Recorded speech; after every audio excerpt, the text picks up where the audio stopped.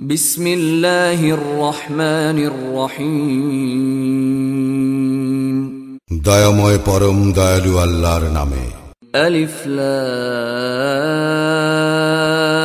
রা তিলকা আয়াতুল কিতাবিল মুবিন। আলিফ লাম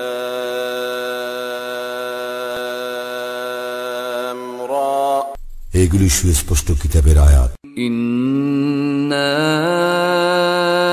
আনজালনাহু কুরআনান আরাবিয়্যান লাআল্লাকুম তা'কিলুন। ইয়া আমি অবতীর্ণ করিয়াছি আরবি ভাষায় কুরআন, যাতে তোমরা বুঝিতে পারো। নাহনু নাকুসসু আলাইকা আহসানাল কসস বিমা আওহাইনা ইলাইকা হাযাল কুরআন ওয়া ইন কুনতা মিন ক্বাবলিহি লামিনাল গাফিলিন। আমি তোমার নিকট উত্তম কাহিনী বর্ণনা করিতেছি ওহির মাধ্যমে তোমার নিকট এই কুরআন প্রেরণ করিয়া, যদিও ইহার পূর্বে তুমি ছিলে অনবহিতদের অন্তর্ভুক্ত। ইয ক্বালা ইউসুফু লিআবিহি ইয়া আবাতি ইন্নী রাআইতু আহাদা আশারা কাওকাবান ওয়াশ-শামসা ওয়াল কমারা রাআইতুহুম লি সাজিদিন। স্মরণ করো, ইউসুফ তার পিতাকে বলিয়াছিল, হে আমার পিতা, আমি তো দেখিয়াছি 11 নক্ষত্র, সূর্য এবং চন্দ্রকে, দেখিয়াছি উহাদেরকে আমার প্রতি সিজদা অবনত অবস্থায়। قال يا بني لا تقصص رؤياك على إخوتك فيكيدوا لك كيدا إن الشيطان للإنسان عدو مبين। সে বলিল, হে আমার বৎস, তোমার স্বপ্ন বৃত্তান্ত তোমার ভ্রাতাদের নিকট বর্ণনা করিও না, করিলে তাহারা তোমার বিরুদ্ধে ষড়যন্ত্র করিবে। শয়তান তো মানুষের প্রকাশ্য শত্রু।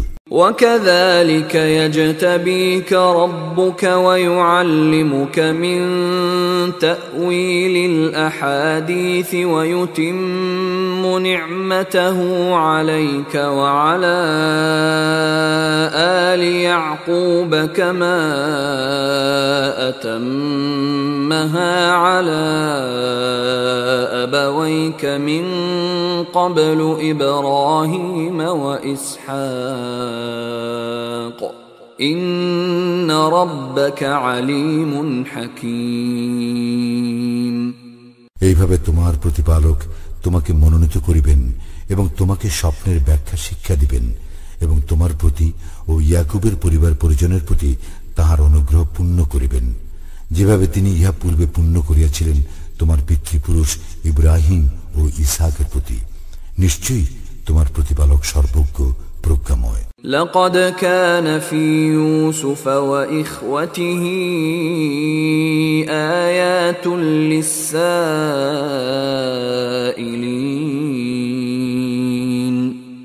ইউসুফ এবং তার ভ্রাতাদের ঘটনায় জিজ্ঞাসুদের জন্য অবশ্যই নিদর্শন রহিয়াছে।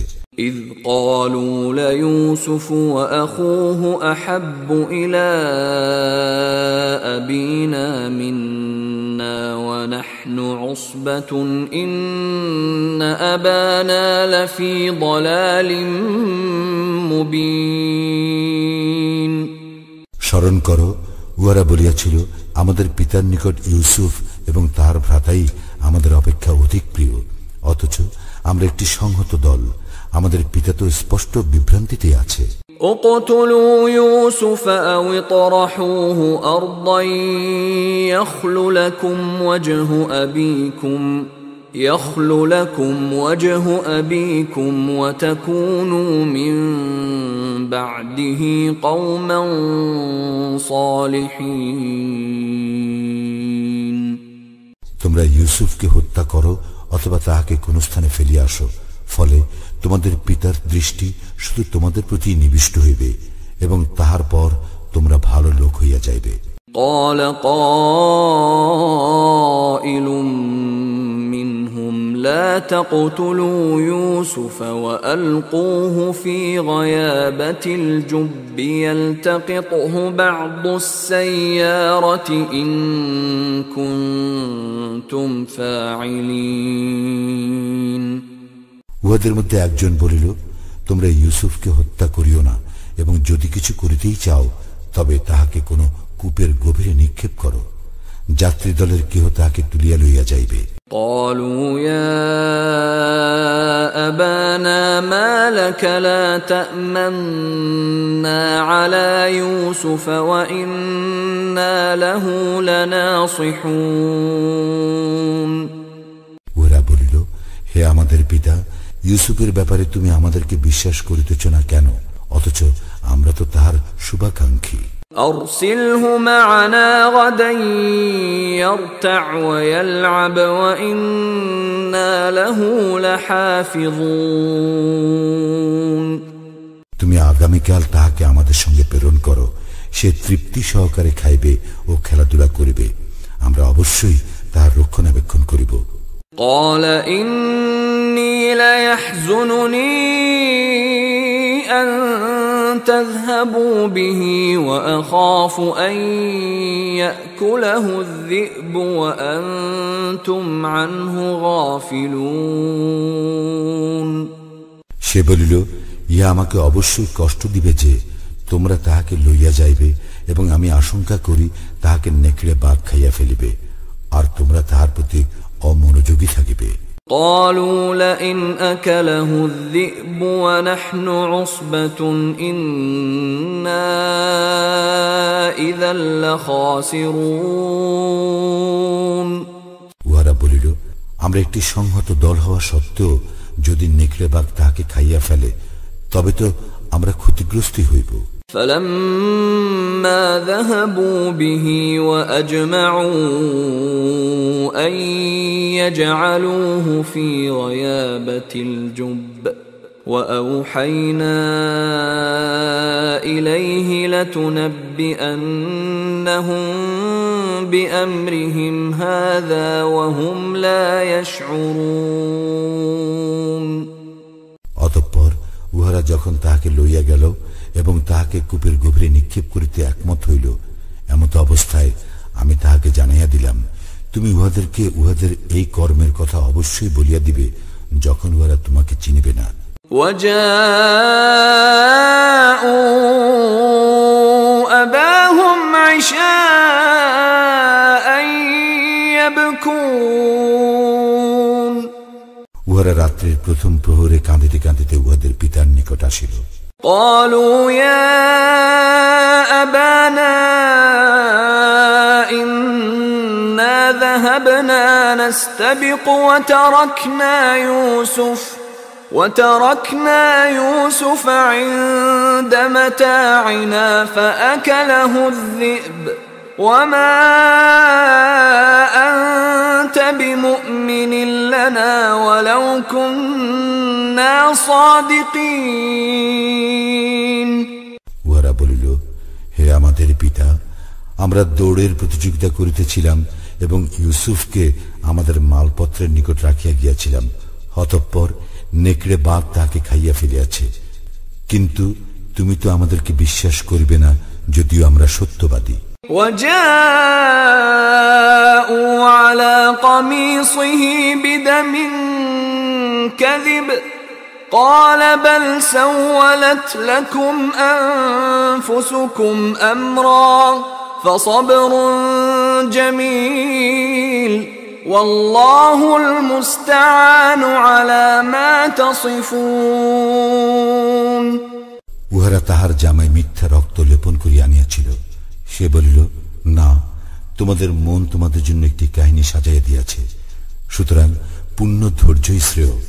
তোমরা যাহা বলিতেছ সে বিষয়ে একমাত্র আল্লাহই আমার সাহায্যস্থল। وجاءت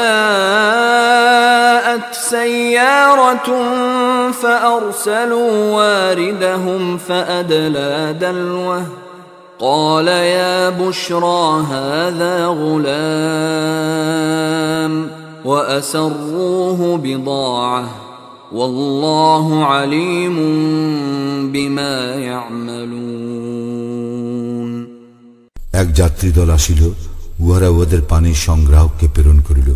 সে তার পানির ঢোল নামাইয়া দিল। সে বলিয়া উঠিল, কি সুখবর, এ যে এক কিশোর। অতঃপর উহারা তাহাকে পণ্যরূপে লুকাইয়া রাখিল। উহারা যা করিতেছিল সে বিষয়ে আল্লাহ সবিশেষ অবহিত ছিলেন।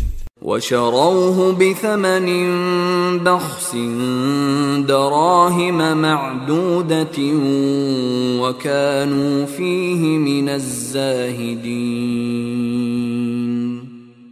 এবং উহারা তাহাকে বিক্রয় করিল স্বল্প মূল্যে, মাত্র কয়েক দিরহামের বিনিময়ে। উহারা ছিল তাহার ব্যাপারে নির্লোভ। وقال الذي اشتراه من مصر لامرأته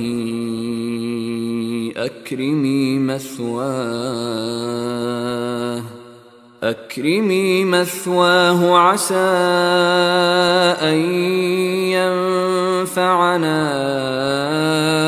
أو نتخذه ولدا وكذلك مكنا ليوسف في الأرض ولنعلمه من تأويل الأحاديث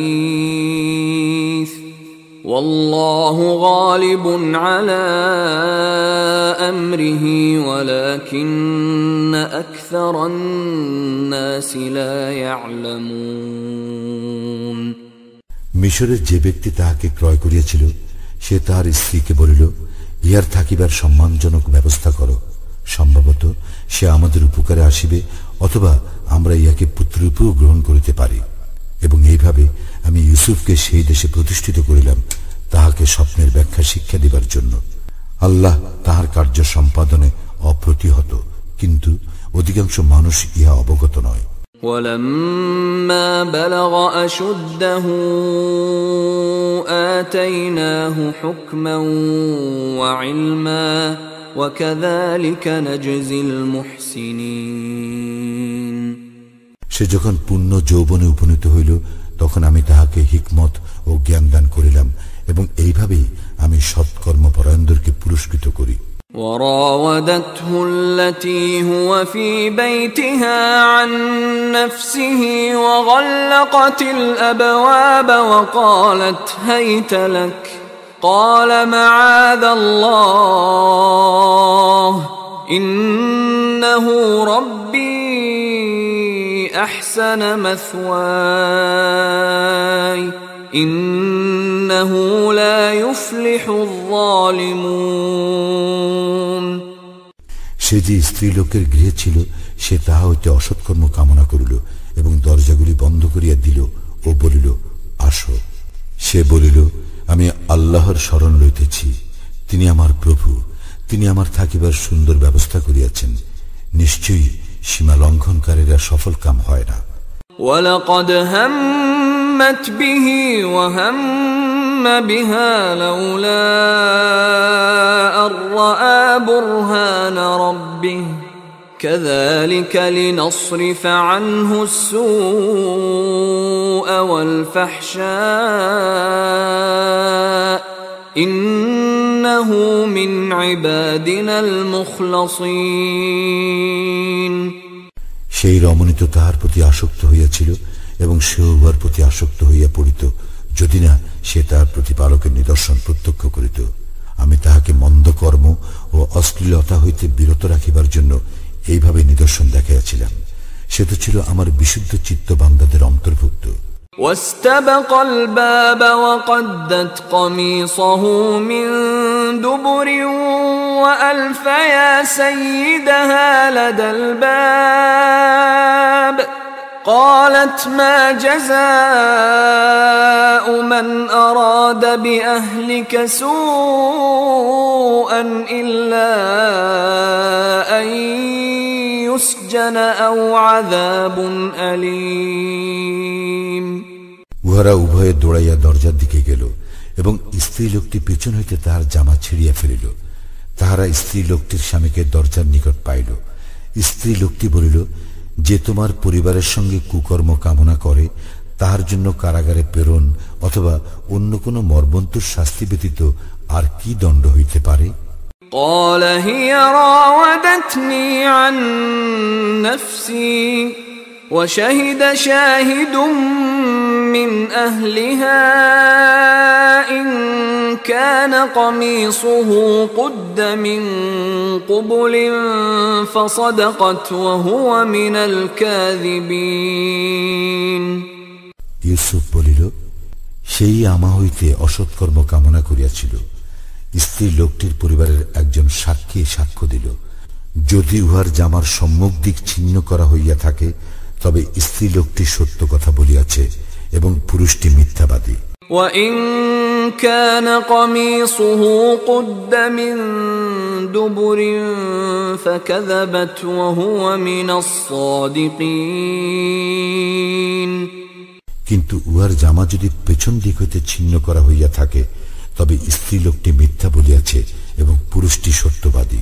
فَلَمَّا رَأَى قَمِيصَهُ قُدَّ مِن دُبُرٍ قَالَ إِنَّهُ مِن كَيْدِكُنَّ إِنَّ كَيْدَكُنَّ عَظِيمٌ গৃহস্বামী যখন দেখিল যে তাহার জামা পিছন দিক হইতে ছিন্ন করা হইয়াছে তখন সে বলিল, নিশ্চয়ই ইহা তোমাদের নারীদের ছলনা, তোমাদের ছলনা তো ভীষণ।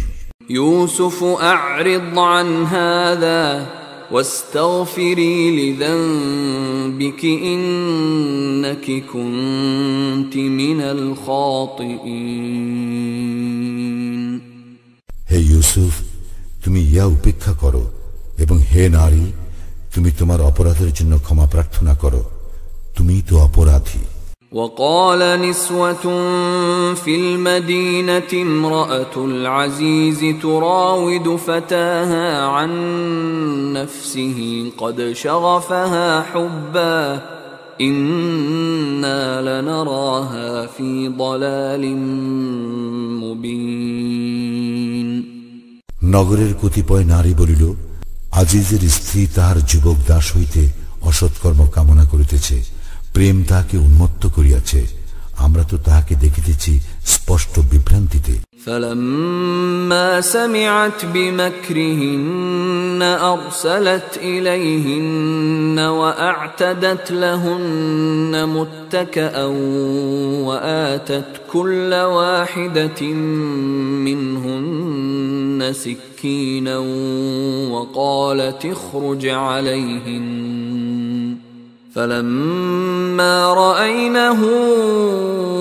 أكبرنه وقطعن أيديهن وقلن حاش لله ما هذا بشرا إن هذا إلا ملك كريم স্ত্রী লোকটি যখন উহাদের ষড়যন্ত্রের কথা শুনিল তখন সে উহাদেরকে ডাকিয়া পাঠাইল, উহাদের জন্য আসন প্রস্তুত করিল, উহাদের প্রত্যেককে একটি করিয়া ছুরি দিল এবং ইউসুফকে বলিল, উহাদের সম্মুখে বাহির হও। অতঃপর উহারা যখন তাহাকে দেখিল তখন উহারা তাহার গরিমায় অভিভূত হইল এবং নিজেদের হাত কাটিয়া ফেলিল। উহারা বলিল, অদ্ভুত আল্লাহর মাহাত্ম্য, এ তো মানুষ নয়, এ তো এক মহিমান্বিত ফেরেশতা। قالت فذلكن الذي لمتنني فيه ولقد راودته عن نفسه فاستعصم ولئن لم يفعل ما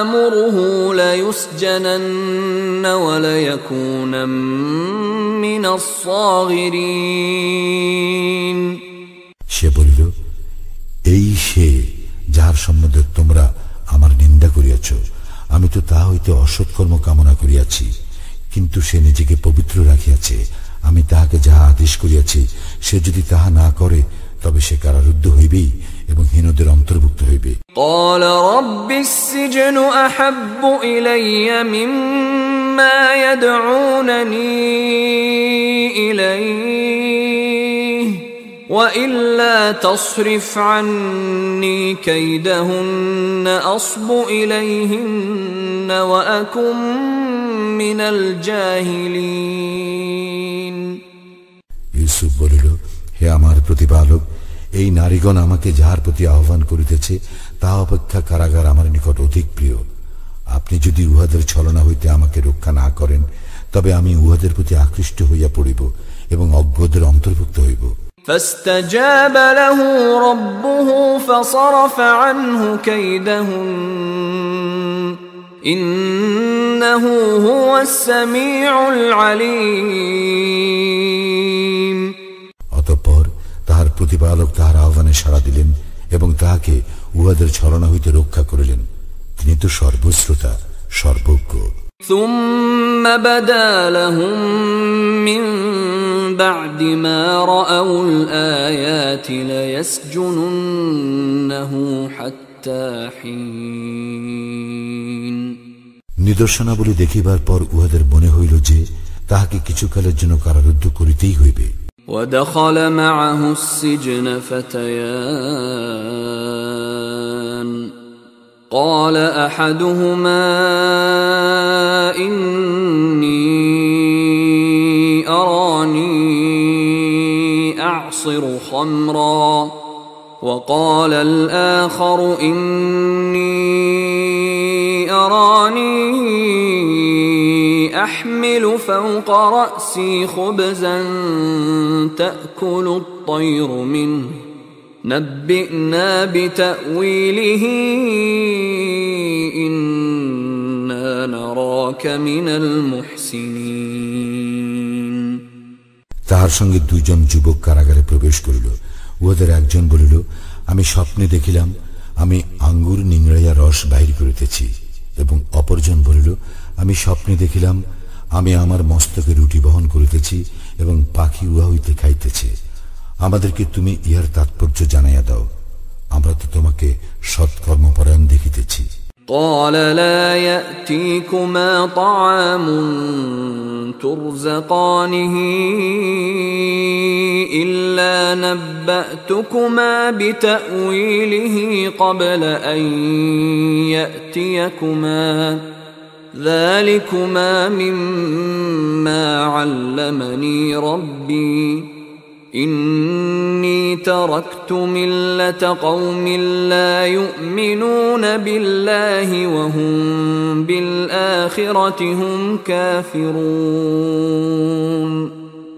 ইউসুফ বলিল, তোমাদেরকে যে খাদ্য দেওয়া হয় তাহা আসিবার পূর্বেই আমি তোমাদেরকে স্বপ্নের তাৎপর্য জানাইয়া দিব। আমি যাহা তোমাদেরকে বলিব তাহা আমার প্রতিপালক আমাকে যাহা শিক্ষা দিয়াছেন তাহা হইতে বলিব। যে সম্প্রদায় আল্লাহে বিশ্বাস করে না ও আখিরাতে অবিশ্বাসী, আমি তাহাদের মতবাদ বর্জন করিয়াছি। واتبعت ملة آبائي إبراهيم وإسحاق ويعقوب ما كان لنا أن نشرك بالله من شيء ذلك من فضل الله علينا وعلى الناس ولكن أكثر الناس لا يشكرون। আমি আমার পিতৃপুরুষ ইব্রাহিম, ইসহাক এবং ইয়াকুবের মতবাদ অনুসরণ করি। আল্লাহর সঙ্গে কোনো বস্তুকে শরীক করা আমাদের কাজ নয়। ইহা আমাদের ও সমস্ত মানুষের প্রতি আল্লাহর অনুগ্রহ, কিন্তু অধিকাংশ মানুষই কৃতজ্ঞতা প্রকাশ করে না। ইয়া সাহিবাইস সিজনি আরবাবুম মুতাফাররিকুন খায়রুন আমিল্লাহুল ওয়াহিদুল কাহ্হার। হে কারা সঙ্গীদয়, ভিন্ন ভিন্ন বহু প্রতিপালক শ্রেয় না পরাক্রমশালী এক আল্লাহ? মা তা'বুদুন মিন দুনিহি ইল্লা আসমাআন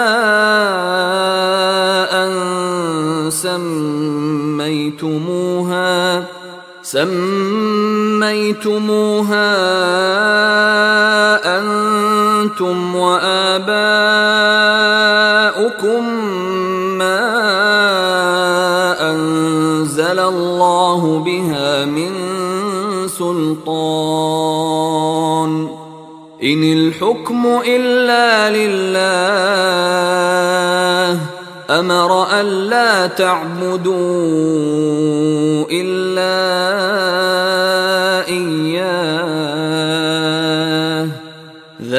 ذلك الدين القيم ولكن أكثر الناس لا يعلمون তাহাকে ছাড়িয়া তোমরা কেবল কতকগুলি নামের ইবাদত করিতেছ, যেই নামগুলি তোমাদের পিতৃপুরুষ ও তোমরা রাখিয়াছ। এইগুলির কোন প্রমাণ আল্লাহ পাঠান নাই। বিধান দিবার অধিকার কেবল আল্লাহরই। তিনি আদেশ দিয়াছেন অন্য কাহারও ইবাদত না করিতে, কেবল তাহার ব্যতীত। ইহাই শাশ্বত দিন, কিন্তু অধিকাংশ মানুষ ইহা অবগত নয়। يا صاحبي السجن أما أحدكما فيسقي ربه خمرا وأما الآخر فيصلب فتأكل الطير من رأسه قضي الأمر الذي فيه تستفتيان হে কারা সঙ্গীদ্বয়, তোমাদের দুইজনের একজন তাহার প্রভুকে মদ্য পান করাইবে এবং অপরজন শূলবিদ্ধ হইবে, অতঃপর তাহার মস্তক হইতে পাখি আহার করিবে। যে বিষয়ে তোমরা জানিতে চাইয়াছ তাহার সিদ্ধান্ত হইয়া গিয়াছে। وقال للذي ظن أنه ناج منهما اذكرني عند ربك فأنساه الشيطان ذكر ربه فلبث في السجن بضع سنين ইউসুফ উহাদের মধ্যে যে মুক্তি পাইবে মনে করিল, তাহাকে বলিল, তোমার প্রভুর নিকট আমার কথা বলিও। কিন্তু শয়তান উহাকে উহার প্রভুর নিকট তাহার বিষয় বলিবার কথা ভুলাইয়া দিল। সুতরাং ইউসুফ কয়েক বছর কারাগারে রহিল। وقال الملك إني أرى 7 بقرات سمان يأكلهن 7 عجاف و7 سنبلات خضر وأخر يابسات يا أيها الملأ أفتوني في رؤياي إن كنتم للرؤيا تعبرون রাজা বলিল, আমি স্বপ্নে দেখিলাম 7টি স্থূলকায় গাভী উহাদেরকে 7টি শীর্ণকায় গাভী ভক্ষণ করিতেছে, এবং দেখিলাম 7টি সবুজ শীষ ও অপর 7টি শুষ্ক। হে প্রধানগণ, যদি তোমরা স্বপ্নের ব্যাখ্যা করিতে পারো তবে আমার স্বপ্ন সম্বন্ধে অভিমত দাও। قالوا أضغاث أحلام وما نحن بتأويل الأحلام بعالمين উহারা বলিল, ইহা অর্থহীন স্বপ্ন এবং আমরা এইরূপ স্বপ্ন ব্যাখ্যায় অভিজ্ঞ নই। وقال الذي نجا منهما وادكر بعد أمة أنا أنبئكم بتأويله فأرسلون দুইজন কারারুদ্ধের মধ্যে যে মুক্তি পাইয়াছিল এবং দীর্ঘকাল পরে যাহার স্মরণ হইল, সে বলিল, আমি ইহার তাৎপর্য তোমাদেরকে জানাইয়া দিব, সুতরাং তোমরা আমাকে পাঠাও। يوسف أيها الصديق أفتنا في 7 بقرات سمان يأكلهن 7 عجاف و7 سنبلات خضر وأخر يابسات لعلي أرجع إلى الناس لعلهم يعلمون সে বলিল, হে ইউসুফ, হে সত্যবাদী, 7টি স্থূলকায় গাভী উহাদেরকে 7টি শীর্ণকায় গাভী ভক্ষণ করিতেছে, এবং 7টি সবুজ শীষ ও অপর 7টি শুষ্ক শীষ সম্বন্ধে তুমি আমাদেরকে ব্যাখ্যা দাও, যাহাতে আমি লোকদের নিকট ফিরিয়া যাইতে পারি ও যাহাতে তাহারা অবগত হইতে পারে। قال تزرعون 7 سنين دأبا فما حصدتم فذروه في سنبله إلا قليلا مما تأكلون ইউসুফ বলিল, তোমরা 7 বছর একাদিক্রমে চাষ করিবে, অতঃপর তোমরা যে শস্য কর্তন করিবে উহার মধ্যে যে সামান্য পরিমাণ তোমরা ভক্ষণ করবে তাহা ব্যতীত সমস্ত শীষ সমেত রাখিয়া দিবে। ثم يأتي من بعد ذلك 7 شداد يأكلن ما قدمتم لهن إلا قليلا مما تحصنون। ইহার পর আসিবে 7টি কঠিন বৎসর। এই 7 বৎসর যাহা পূর্বে সঞ্চয় করিয়া রাখিবে লোকে তাহা খাইবে, কেবল সামান্য কিছু যাহা তোমরা সংরক্ষণ করবে তাহা ব্যতীত। ثم يأتي من بعد ذلك عام فيه يغاث الناس وفيه يعصرون। অতঃপর আসিবে 1 বৎসর, সেই বৎসর মানুষের জন্য প্রচুর বৃষ্টিপাত হইবে এবং সেই বৎসর মানুষ প্রচুর ফলের রস নিংড়াইবে। وقال الملك ائتوني به فلما جاءه الرسول قال ارجع إلى ربك فاسأله ما بال النسوة اللاتي قطعن أيديهن إن ربي بكيدهن عليم। রাজা বলিল, তোমরা ইউসুফকে আমার নিকট লইয়া আসো। যখন দূত তাহার নিকট উপস্থিত হইল তখন সে বলিল, তুমি তোমার প্রভুর নিকট ফিরিয়া যাও এবং তাহাকে জিজ্ঞাসা করো যে নারীগণ হাত কাটিয়া ফেলিয়াছিল তাহাদের অবস্থা কি। নিশ্চয়ই আমার প্রতিপালক তাহাদের ছলনা সম্মুখ অবগত।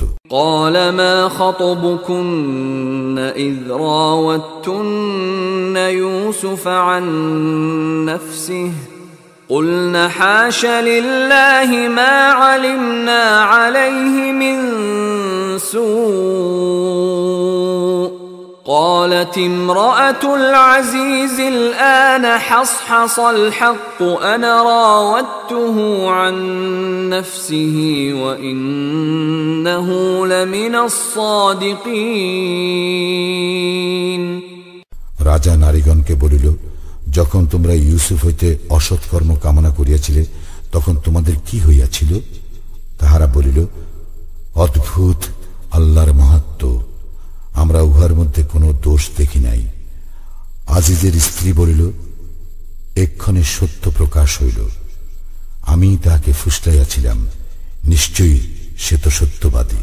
ذلك ليعلم أني لم أخنه بالغيب وأن الله لا يهدي كيد الخائنين। ইহা এই জন্য যে যাহাতে সে জানিতে পারে তাহার অনুপস্থিতিতে আমি তাহার প্রতি বিশ্বাসঘাতকতা করি নাই এবং নিশ্চয়ই আল্লাহ বিশ্বাসঘাতকদের ষড়যন্ত্র সফল করেন না। وما أبرئ نفسي إن النفس لأمارة بالسوء إلا ما رحم ربي إن ربي غفور رحيم।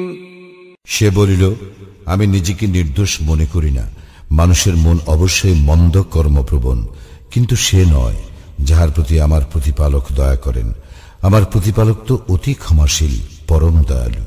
وقال الملك ائتوني به أستخلصه لنفسي فلما كلمه قال إنك اليوم لدينا مكين أمين। রাজা বলিল, ইউসুফকে আমার নিকট লইয়া আসো, আমি তাহাকে আমার একান্ত সহচর নিযুক্ত করিব। অতঃপর রাজা যখন তাহার সঙ্গে কথা বলিল তখন রাজা বলিল, আজ তুমি তো আমাদের নিকট মর্যাদাশীল, বিশ্বাসভাজন হইলে। قال اجعلني على خزائن الأرض إني حفيظ عليم। ইউসুফ বলিল, আমাকে দেশের ধনভাণ্ডারের উপর কর্তৃত্ব প্রদান করুন, আমি তো উত্তম রক্ষক, সুবিজ্ঞ। وكذلك مكنا ليوسف في الأرض يتبوأ منها حيث يشاء نصيب برحمتنا من نشاء ولا نضيع أجر المحسنين এইভাবে ইউসুফকে আমি সেই দেশে প্রতিষ্ঠিত করিলাম, সে সেই দেশে যথা ইচ্ছা অবস্থান করিতে পারিত। আমি যাহাকে ইচ্ছা তাহার প্রতি দয়া করি, আমি সৎকর্মপরায়ণদের শ্রমফল নষ্ট করি না। وَلَأَجْرُ الْآخِرَةِ خَيْرٌ لِّلَّذِينَ آمَنُوا وَكَانُوا يَتَّقُونَ যারা মুমিন এবং মুত্তাকি তাদের আখিরাতের পুরস্কারই উত্তম। وَجَاءَ إِخْوَةُ يُوسُفَ فَدَخَلُوا عَلَيْهِ فَعَرَفَهُمْ وَهُمْ لَهُ مُنكِرُونَ ইউসুফের ভ্রাতাগণ আসিল এবং তাহার নিকট উপস্থিত হইল, সে উহাদেরকে চিনিল, কিন্তু উহারা তাহাকে চিনিতে পারিল না। وَلَمَّا جَهَّزَهُم بِجَهَازِهِمْ قَالَ ائْتُونِي بِأَخٍ لَّكُم مِّنْ أَبِيكُمْ أَلَا تَرَوْنَ أَنِّي أُوفِي الْكَيْلَ وَأَنَا خَيْرُ الْمُنزِلِينَ এবং সে যখন উহাদের সামগ্রীর ব্যবস্থা করিয়া দিল, তখন সে বলিল, তোমরা আমার নিকট তোমাদের বৈমাত্রীয় ভ্রাতাকে লইয়া আসো। তোমরা কি দেখিতেছ না যে আমি মাপে পূর্ণ মাত্রায় দেই এবং আমি উত্তম অতিথিপরায়ণ। فَإِن لَّمْ تَأْتُونِي بِهِ فَلَا كَيْلَ لَكُمْ عِندِي وَلَا تَقْرَبُونَ কিন্তু তোমরা যদি তাহাকে আমার নিকট লইয়া না আসো, তবে আমার নিকট তোমাদের জন্য কোনো বরাদ্দ থাকিবে না এবং তোমরা আমার নিকটবর্তী হইবে না। قَالُوا سَنُرَاوِدُ عَنْهُ أَبَاهُ وَإِنَّا لَفَاعِلُونَ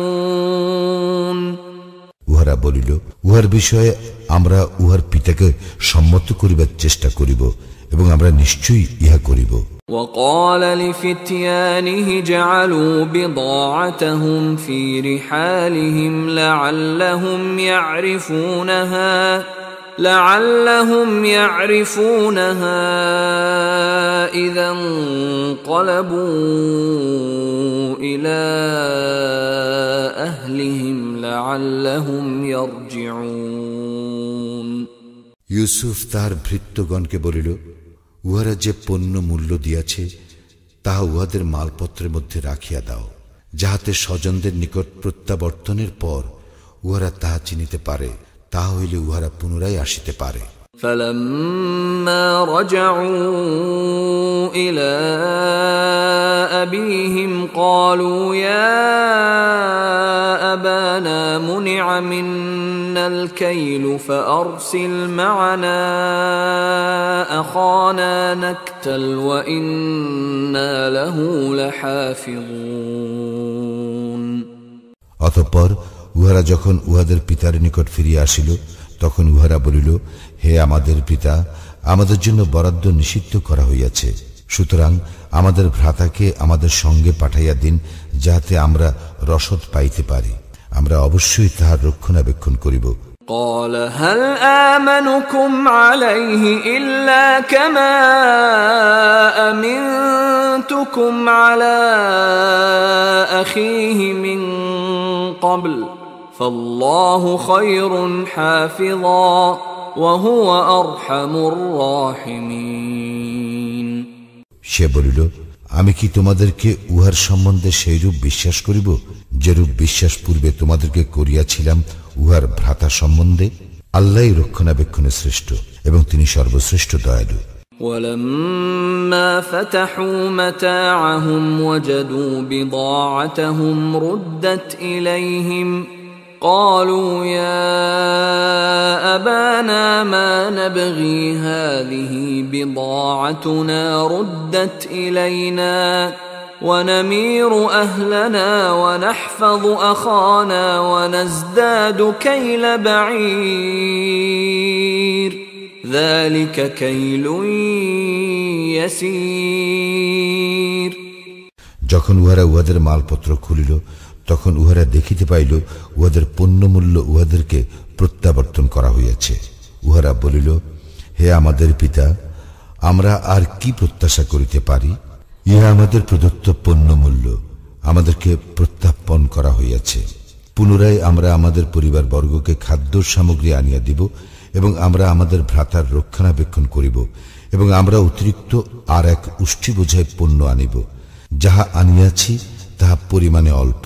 قال لن أرسله معكم حتى تؤتون موثقا من الله لتأتونني به إلا أن يحاط بكم فلما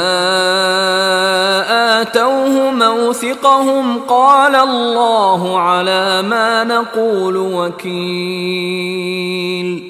পিতা বলিল, আমি উহাকে কখনোই তোমাদের সঙ্গে পাঠাইব না, যতক্ষণ না তোমরা আল্লাহর নামে অঙ্গীকার করো যে তোমরা উহাকে আমার নিকট লইয়া আসিবেই, অবশ্য যদি তোমরা একান্ত অসহায় হইয়া না পড়ো। অতঃপর যখন উহারা তাহার নিকট প্রতিজ্ঞা করিল, তখন সে বলিল, আমরা যে বিষয়ে কথা বলিতেছি আল্লাহ তাহার বিধায়ক। وقال يا بني لا تدخلوا من باب واحد وادخلوا من أبواب متفرقة وما أغني عنكم من الله من شيء إن الحكم إلا لله عليه توكلت وعليه فليتوكل المتوكلون। সে বলিল, হে আমার পুত্রগণ, তোমরা এক দ্বার দিয়া প্রবেশ করিও না, ভিন্ন ভিন্ন দ্বার দিয়া প্রবেশ করিবে। আল্লাহর বিধানের বিরুদ্ধে আমি তোমাদের জন্য কিছু করিতে পারি না। বিধান আল্লাহরই, আমি তাহারই উপর নির্ভর করি, এবং যাহারা নির্ভর করিতে চাহে তাহারা আল্লাহরই উপর নির্ভর করুক।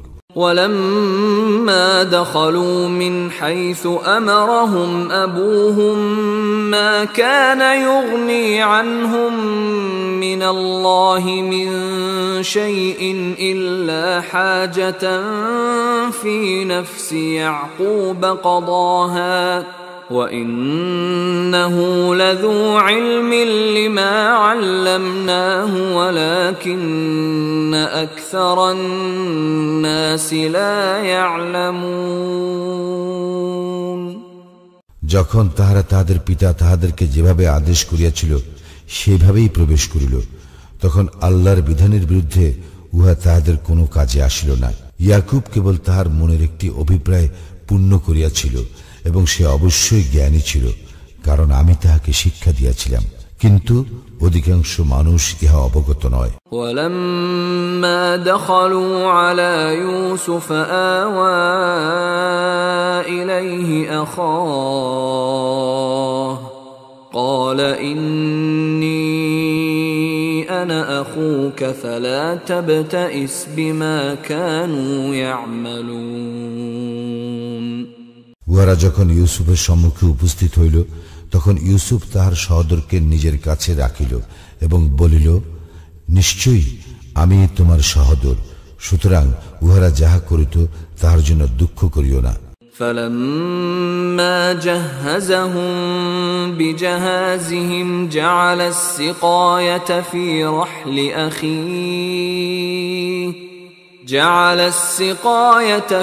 رحل أخيه ثم أذن مؤذن أيتها العير إنكم لسارقون। অতঃপর সে যখন উহাদের সামগ্রীর ব্যবস্থা করিয়া দিল, তখন সে তাহার সহদরের মালপত্রের মধ্যে পানপাত্র রাখিয়া দিল। অতঃপর এক আহ্বায়ক চিৎকার করিয়া বলিল, হে যাত্রী দল, তোমরা নিশ্চয়ই চোর। قالوا وأقبلوا عليهم ماذا تفقدون। উহারা তাহাদের দিকে ফিরিয়া বলিল, তোমরা কি হারাইয়াছ? قالوا نفقد صواع الملك ولمن جاء به حمل بعير ولمن جاء به حمل بعير وأنا به زعيم তাহারা বলিল, আমরা রাজার পানপাত্র হারাইয়াছি, যে উহা আনিয়া দিবে সে এক উষ্ট্র বোঝায় মাল পাইবে এবং আমি উহার জামিন। قالوا تالله لقد علمتم ما جئنا لنفسد في الأرض وما كنا سارقين উহারা বলিল, আল্লাহর শপথ, তোমরা তো জানো আমরা এই দেশে দুষ্কৃতি করিতে আসি নাই এবং আমরা চোরও নই। قالوا فما جزاؤه إن كنتم كاذبين তাহারা বলিল, যদি তোমরা মিথ্যাবাদী হও তবে তাহার শাস্তি কি? قالوا جزاؤه من وجد في رحله فهو جزاؤه كذلك نجزي الظالمين উহারা বলিল, ইহার শাস্তি যাহার মালপত্রের মধ্যে পাত্রটি পাওয়া যাইবে সেই তাহার বিনিময়।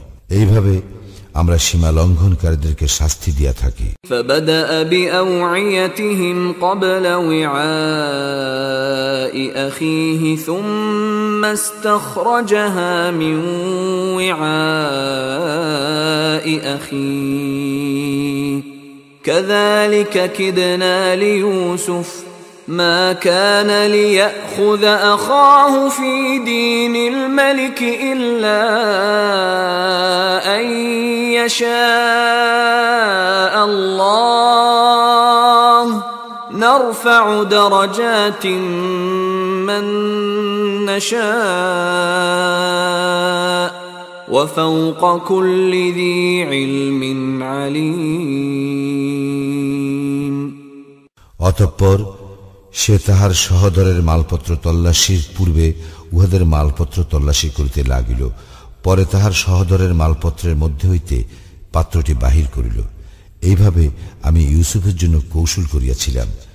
রাজার আইনে তাহার সহদরকে সে আটক করিতে পারিত না, আল্লাহ ইচ্ছা না করিলে। আমি যাহাকে ইচ্ছা মর্যাদায় উন্নীত করি। প্রত্যেক জ্ঞানবান ব্যক্তির উপর আছেন সর্বজ্ঞানী।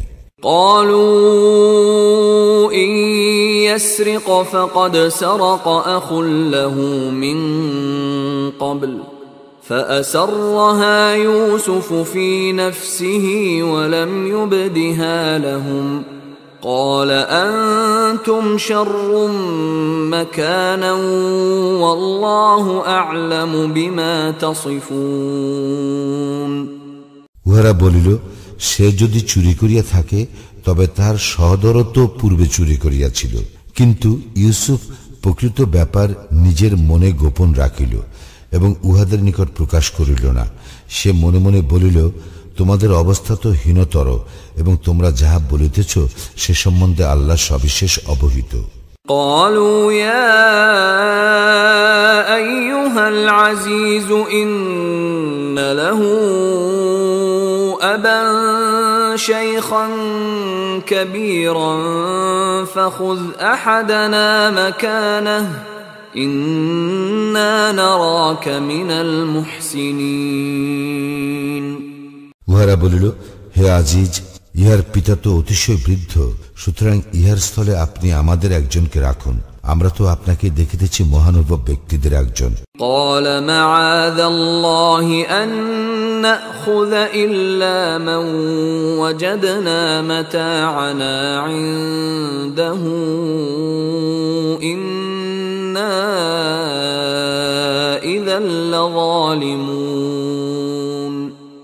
সে বলিল, যাহার নিকট আমরা আমাদের মাল পাইয়াছি তাহাকে ছাড়া অন্যকে রাখার অপরাধ হইতে আমরা আল্লাহর শরণ লইতেছি। এইরূপ করিলে আমরা অবশ্যই সীমা লঙ্ঘনকারী হইব। فلما استيئسوا منه خلصوا نجيا قال كبيرهم ألم تعلموا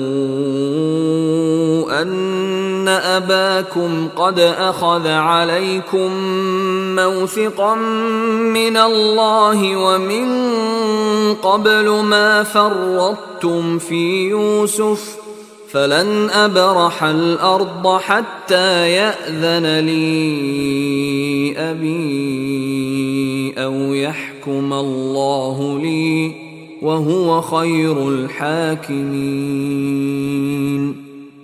যখন উহারা তাহার নিকট হইতে সম্পূর্ণ নিরাশ হইল, তখন উহারা নির্জনে গিয়া পরামর্শ করিতে লাগিল। উহাদের বয়োজ্যেষ্ঠ ব্যক্তি বলিল, তোমরা কি জানো না যে তোমাদের পিতা তোমাদের নিকট হইতে আল্লাহর নামে অঙ্গীকার লইয়াছেন এবং পূর্বেও তোমরা ইউসুফের ব্যাপারে ত্রুটি করিয়াছিলে? সুতরাং আমি কিছুতেই এই দেশ ত্যাগ করিব না যতক্ষণ না আমার পিতা আমাকে অনুমতি দেন অথবা আল্লাহ আমার জন্য কোনো ব্যবস্থা করেন, এবং তিনি শ্রেষ্ঠ বিচারক।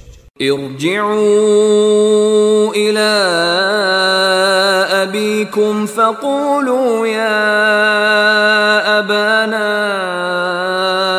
إن ابنك سرق وما شهدنا إلا بما علمنا وما كنا للغيب حافظين তোমরা তোমাদের পিতার নিকট ফিরিয়া যাও এবং বলো, হে আমাদের পিতা, আপনার পুত্র তো চুরি করিয়াছে এবং আমরা যাহা জানি তাহারই প্রত্যক্ষ বিবরণ দিলাম, আর অজানা ব্যাপারে আমরা সংরক্ষণকারী নই। واسأل القرية التي كنا فيها والعير التي أقبلنا فيها وإنا لصادقون যে জনপদে আমরা ছিলাম উহার অধিবাসীগণকে জিজ্ঞাসা করুন, এবং যে যাত্রী দলের সঙ্গে আমরা আসিয়াছি তাহাদেরকেও আমরা অবশ্যই সত্য বলিতেছি। قال بل سولت لكم أنفسكم أمرا فصبر جميل عسى الله أن يأتيني بهم جميعا إنه هو العليم الحكيم ইয়াকুব বলিল, না, তোমাদের মন তোমাদের জন্য একটি কাহিনী সাজাইয়া দিয়াছে, সুতরাং পূর্ণ ধৈর্যই শ্রেয়। হয়তো আল্লাহ উহাদেরকে একসঙ্গে আমার নিকট আনিয়া দিবেন, অবশ্য তিনিই সর্বজ্ঞ প্রজ্ঞাময়। وتولى عنهم وقال يا أسفا على يوسف وابيضت عيناه من الحزن فهو كظيم সে উহাদের হইতে মুখ ফিরাইয়া লইল এবং বলিল, আফসোস ইউসুফের জন্য, শোকে তাহার চক্ষুদ্বয় সাদা হইয়া গিয়াছিল এবং সে ছিল অসহনীয় মনস্তাপে ক্লিষ্ট। قالوا تالله تفتأ تذكر يوسف حتى تكون حرضا أو تكون من الهالكين উহারা বলিল, আল্লাহর শপথ, আপনি তো ইউসুফের কথা সদা স্মরণ করিতে থাকিবেন যতক্ষণ না আপনি মুমূর্ষ হইবেন অথবা মৃত্যুবরণ করিবেন। قال إنما أشكو بثي وحزني إلى الله وأعلم من الله ما لا تعلمون সে বলিল, আমি আমার অসহনীয় বেদনা, আমার দুঃখ শুধু আল্লাহর নিকট নিবেদন করিতেছি, এবং আমি আল্লাহর নিকট হইতে জানি যাহা তোমরা জানো না। يا بني يذهبوا فتحسسوا من يوسف وأخيه ولا تيأسوا من روح الله إنه لا ييأس من روح الله إلا القوم الكافرون হে আমার পুত্রগণ, তোমরা যাও, ইউসুফ ও তাহার সহোদরের অনুসন্ধান করো এবং আল্লাহর আশীষ হইতে তোমরা নিরাশ হইও না, কারণ আল্লাহর আশীষ হইতে কেহই নিরাশ হয় না, কাফির সম্প্রদায় ব্যতীত। فلما فلما دخلوا عليه قالوا يا أيها العزيز مسنا وأهلنا الضر وجئنا ببضاعة مزجاة فأوف لنا الكيل وتصدق علينا إن الله يجزي المتصدقين যখন উহারা তাহার নিকট উপস্থিত হইল তখন বলিল, হে আজিজ, আমরা ও আমাদের পরিবার পরিজন বিপন্ন হইয়া পড়িয়াছি এবং আমরা তুচ্ছ পুঁজি লইয়া আসিয়াছি। আপনি আমাদের রসদ পূর্ণ মাত্রায় দিন এবং আমাদেরকে দান করুন। আল্লাহ অবশ্যই দাতাগণকে পুরস্কৃত করিয়া থাকেন। قال هل علمتم ما فعلتم بيوسف وأخيه إذ أنتم جاهلون সে বলিল, তোমরা কি জানো তোমরা ইউসুফ ও তাহার সহোদরের প্রতি কিরূপ আচরণ করিয়াছিলে যখন তোমরা ছিলে অজ্ঞ? قالوا أئنك لأنت يوسف قال أنا يوسف وهذا أخي قد من الله علينا إنه من يتق ويصبر فإن الله لا يضيع أجر المحسنين উহারা বলিল, তবে কি তুমি ইউসুফ? সে বলিল, আমি ইউসুফ এবং এই আমার সহোদর। আল্লাহ তো আমাদের প্রতি অনুগ্রহ করিয়াছেন। নিশ্চয়ই যে ব্যক্তি মুত্তাকি এবং ধৈর্যশীল, আল্লাহ তো সেইরূপ সৎকর্ম পরায়ণদের শ্রমফল নষ্ট করেন না। قالوا تالله لقد آثرك الله علينا وإن كنا لخاطئين উহারা বলিল, আল্লাহর শপথ, আল্লাহ নিশ্চয়ই তোমাকে আমাদের উপর প্রাধান্য দিয়েছেন এবং আমরা তো অপরাধী ছিলাম। قال لا تثريب عليكم اليوم يغفر الله لكم وهو أرحم الراحمين সে বলিল, আজ তোমাদের বিরুদ্ধে কোনো অভিযোগ নাই। আল্লাহ তোমাদেরকে ক্ষমা করুন এবং তিনি শ্রেষ্ঠ দয়ালু। اذهبوا بقميصي هذا فألقوه على وجه أبي يأت بصيرا وأتوني بأهلكم أجمعين তোমরা আমার এই জামাটি লইয়া যাও এবং ইহা আমার পিতার মুখমণ্ডলের উপর রাখিও, তিনি দৃষ্টিশক্তি ফিরিয়া পাইবেন, আর তোমাদের পরিবারের সকলকেই আমার নিকট লইয়া আসিও। ولما فصلت العير قال أبوهم إني لأجد ريح يوسف لولا أن تفندون অতঃপর যাত্রী দল যখন বাহির হইয়া পড়িল তখন উহাদের পিতা বলিল, তোমরা যদি আমাকে অপ্রকৃতিস্থ মনে না করো তবে বলি, আমি ইউসুফের ঘ্রাণ পাইতেছি। قالوا تالله إنك لفي ضلالك القديم তাহারা বলিল, আল্লাহর শপথ, আপনি তো আপনার পূর্ব বিভ্রান্তিতেই রহিয়াছেন। فلما أن جاء البشير ألقاه على وجهه فارتد بصيرا قال ألم أقل لكم إني أعلم من الله ما لا تعلمون অতঃপর যখন সুসংবাদ বাহক উপস্থিত হইল এবং তাহার মুখমণ্ডলের উপর জামাটি রাখিল তখন সে দৃষ্টিশক্তি ফিরিয়া পাইল। সে বলিল, আমি কি তোমাদেরকে বলি নাই যে আমি আল্লাহর নিকট হইতে জানি যাহা তোমরা জানো না?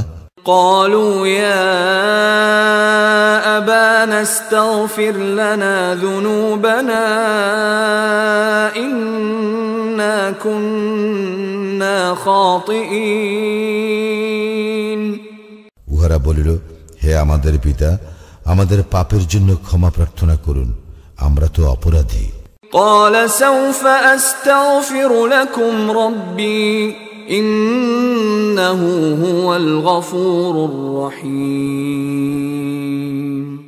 সে বলিল, আমি আমার প্রতিপালকের নিকট তোমাদের জন্য ক্ষমা প্রার্থনা করিব, তিনি তো অতি ক্ষমাশীল, পরম দয়ালু।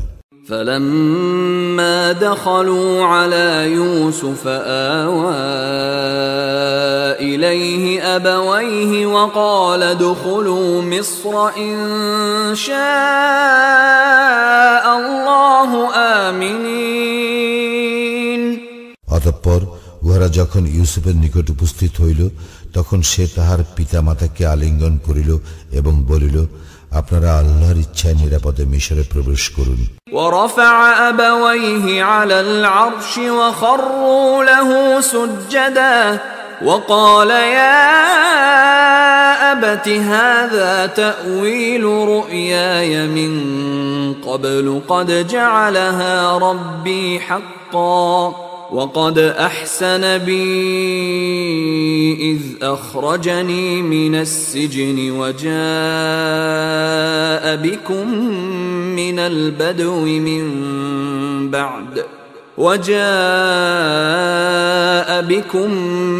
البدو من بعد أن نزغ الشيطان بيني وبين إخوتي إن ربي لطيف لما يشاء إنه هو العليم الحكيم। এবং ইউসুফ তাহার মাতা পিতাকে উচ্চাসনে বসাইল এবং উহারা সকলে তাহার সম্মানে সিজদায় লুটাইয়া পড়িল। সে বলিল, হে আমার পিতা, ইহাই আমার পূর্বেকার স্বপ্নের ব্যাখ্যা। আমার প্রতিপালক উহা সত্যে পরিণত করিয়াছেন এবং তিনি আমাকে কারাগার হইতে মুক্ত করিয়া এবং শয়তান আমার ও আমার ভ্রাতাদের সম্পর্ক নষ্ট করিবার পরও আপনাদেরকে মরু অঞ্চল হইতে এখানে আনিয়া দিয়া আমার প্রতি অনুগ্রহ করিয়াছেন। আমার প্রতিপালক যাহা ইচ্ছা তাহা নিপুণতার সঙ্গে করেন, তিনি তো সর্বজ্ঞ প্রজ্ঞাময়। رب قد آتيتني من الملك وعلمتني من تأويل الأحاديث فاطر السماوات والأرض أنت ولي في الدنيا والآخرة توفني مسلما وألحقني بالصالحين। হে আমার প্রতিপালক, তুমি আমাকে রাজ্য দান করিয়াছ এবং স্বপ্নের ব্যাখ্যা শিক্ষা দিয়াছ। হে আকাশ মণ্ডলী ও পৃথিবীর স্রষ্টা, তুমি ইহলোক ও পরলোকে আমার অভিভাবক। তুমি আমাকে মুসলিম হিসেবে মৃত্যু দাও এবং আমাকে সৎকর্মপরায়ণদের অন্তর্ভুক্ত করো। ذلك من أنباء الغيب نوحيه إليك وما كنت لديهم إذ أجمعوا أمرهم وهم يمكرون। ইহা অদৃশ্য লোকের সংবাদ, যাহা তোমাকে আমি ওহী দ্বারা অবহিত করিতেছি। ষড়যন্ত্রকালে যখন উহারা মতৈক্যে পৌঁছিয়াছিল, তখন তুমি উহাদের সঙ্গে ছিলে না। وما أكثر الناس ولو حرصت بمؤمنين। তুমি যতই চাও না কেন, অধিকাংশ লোকেই বিশ্বাস করিবার নয়। وما تسألهم عليه من أجر إن هو إلا ذكر للعالمين। এবং তুমি তাহাদের নিকট ইহার জন্য কোনো পারিশ্রমিক দাবি করিতেছ না।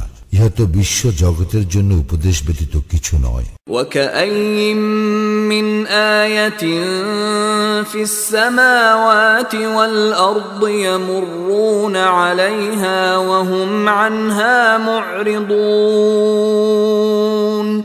আকাশ মণ্ডলীয় পৃথিবীতে অনেক নিদর্শন রহিয়াছে, তাহারা এই সমস্ত প্রত্যক্ষ করে, কিন্তু তাহারা এই সকলের প্রতি উদাসীন। وما يؤمن أكثرهم بالله إلا وهم مشركون। তাহাদের অধিকাংশ আল্লাহে বিশ্বাস করে, কিন্তু তাহার শরীক করে।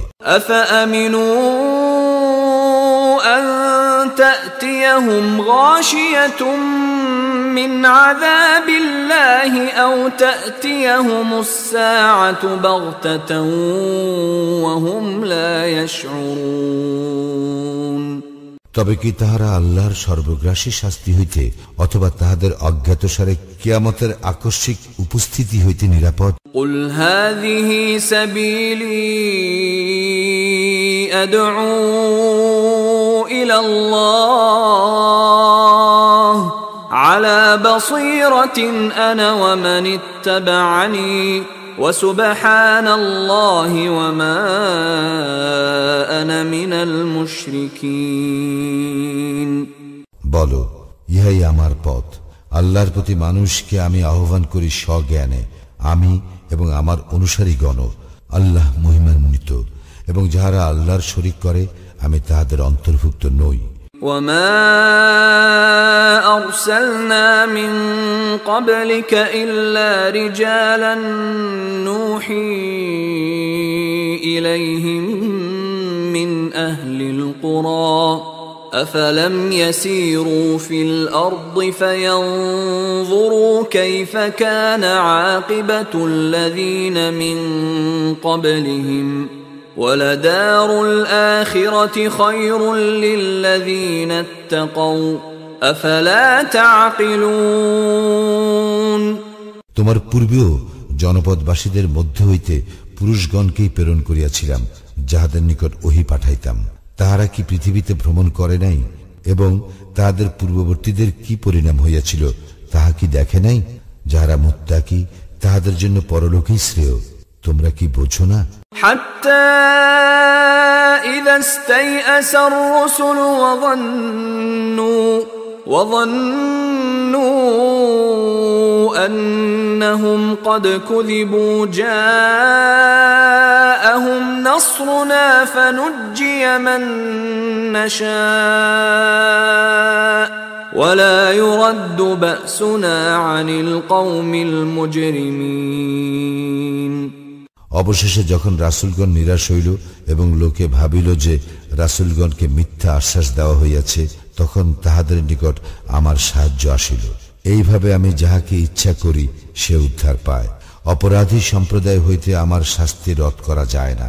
لقد كان في قصصهم عبرة لأولي الألباب ما كان حديثا يفترى ولكن تصديق الذي بين يديه وتفصيل كل شيء